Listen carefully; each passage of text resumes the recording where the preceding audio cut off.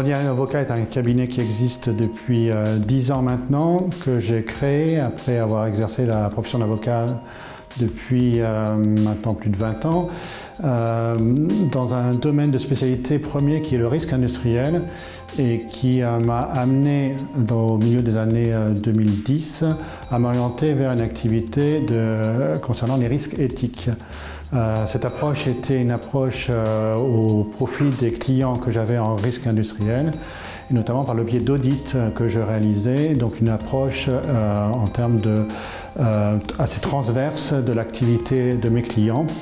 Et j'ai eu la chance à un moment donné d'être nommé comme président en qualité de personnalité indépendante du comité d'audit et de conformité d'un groupe industriel français qui est présent en France et dans une 50aine de pays et qui m'a donc ouvert à une sensibilité de l'éthique et de la conformité assez tôt et donc avant la loi Sapin II. Et avec évidemment l'arrivée de la loi Sapin II, le cabinet a développé une activité entière et complète en matière de conformité et de prévention des risques éthiques et de corruption.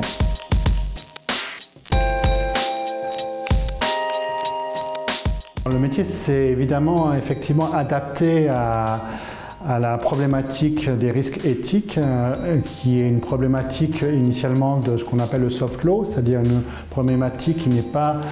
une problématique directement de conformité à une règle fixe, établie, claire et issue du Code Napoléon, du Code civil. Pour les avocats français, pour les cabinets, un cabinet comme le mien, l'arrivée des règles éthiques est une arrivée d'un droit plus d'inspiration anglo-saxonne qui a entraîné forcément une évolution de nos approches et également une évolution du rapport que nous avons avec nos clients, c'est-à-dire que les interlocuteurs de l'éthique ne sont pas nécessairement ceux du juridique dans l'entreprise, même s'il y a forcément une connotation juridique forte de l'éthique et que souvent les directions juridiques sont en charge également de l'éthique, mais cette évolution des règles éthiques a entraîné, en tout cas pour mon cabinet, plus de relations avec des dirigeants directement, plus de relations avec d'autres fonctions que les simples directions juridiques, ou en tout cas une multiplicité des intervenants au sein de nos clients.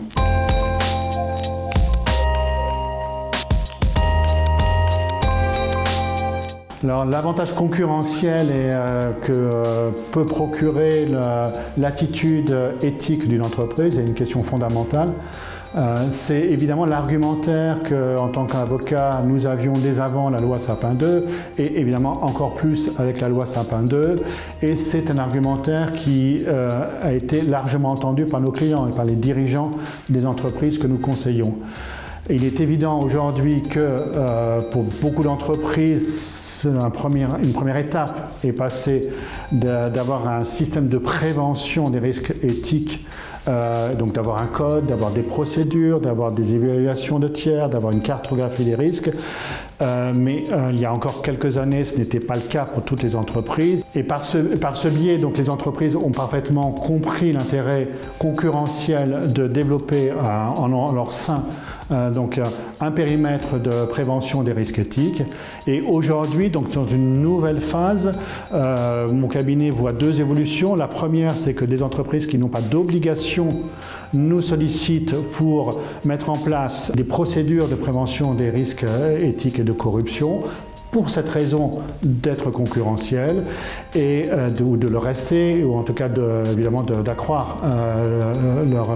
leur place sur des marchés, notamment à l'international. Et qu'en parallèle, les entreprises ont plus conscience maintenant du caractère positif de la manière de traiter les signalements qu'elles peuvent recevoir. C'est-à-dire qu'aujourd'hui, un signalement est bien perçu comme pouvant être positif et être vu comme une source d'amélioration de son fonctionnement. Et ça peut avoir un effet en interne, c'est-à-dire en communication interne, de communiquer sur le fait que l'entreprise traite des signalements internes, mais également à l'extérieur, parce que ce n'est pas notamment vis-à-vis de la problématique des lanceurs d'alerte. L'enjeu n'est pas uniquement d'éviter l'engagement d'une procédure pénale, c'est aussi de pouvoir désamorcer un conflit latent, par exemple avec un client. À titre d'exemple, il est assez courant, ou en tout cas de plus en plus, de recevoir des signalements de prestataires qui menacent d'informer un client important, par exemple d'une entreprise, d'un fait qu'elle dénonce et qui pourrait concerner, même indirectement, la relation entre l'entreprise et ce client. Il est évident qu'aujourd'hui, si l'entreprise prend le signalement dès le départ, le traite de manière complète, et elle peut communiquer en interne, mais également vis-à-vis de son client sur la manière dont elle a pris conscience peut-être d'un risque, peut-être aussi d'une faute qui existait, mais qu'elle a traité, qu'elle l'améliore et qu'elle sécurise finalement le client et sa relation avec le client. Et dans ce sens-là, nous, avocats et notre cabinet, avons de plus en plus de missions de traitement des signalements qui s'inscrivent dans cette approche globale pour les entreprises.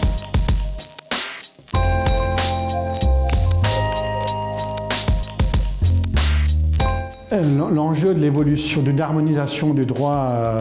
de la conformité, on va dire, au niveau mondial, enfin, comme dans toute branche du droit, mais est un enjeu fondamental. La France était en retard par rapport aux États-Unis, au Royaume-Uni.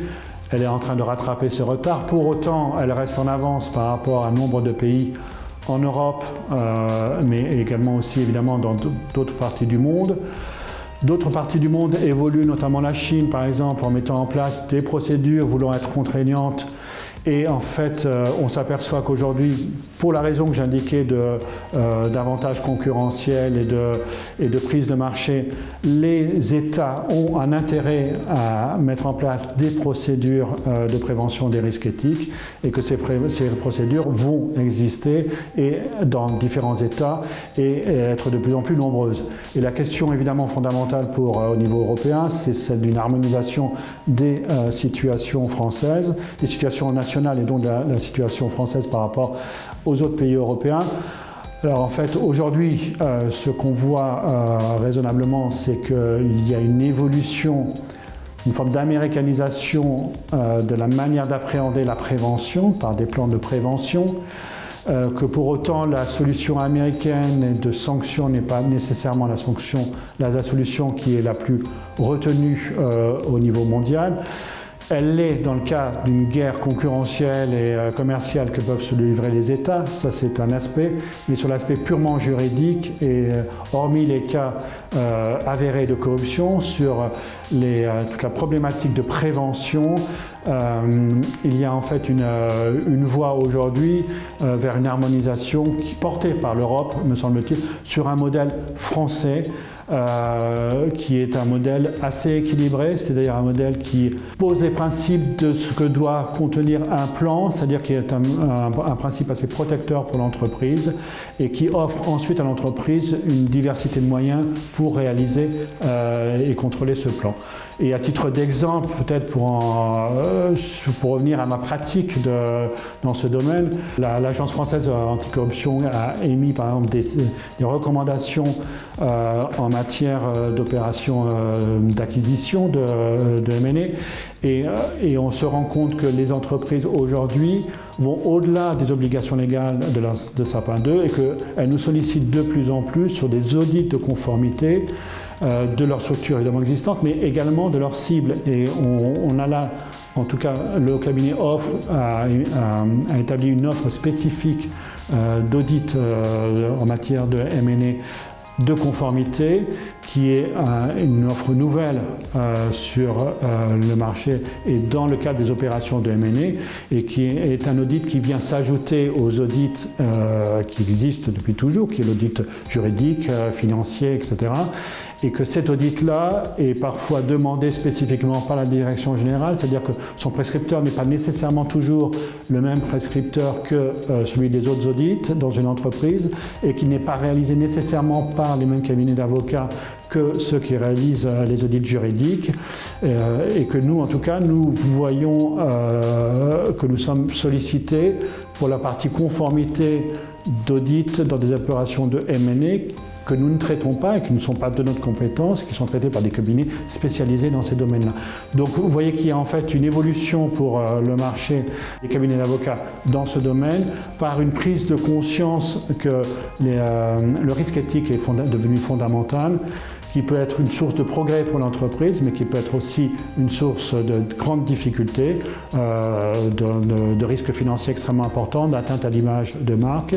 et que ce risque-là est appréhendé vraiment de manière quasi autonome et de plus en plus par les dirigeants des entreprises.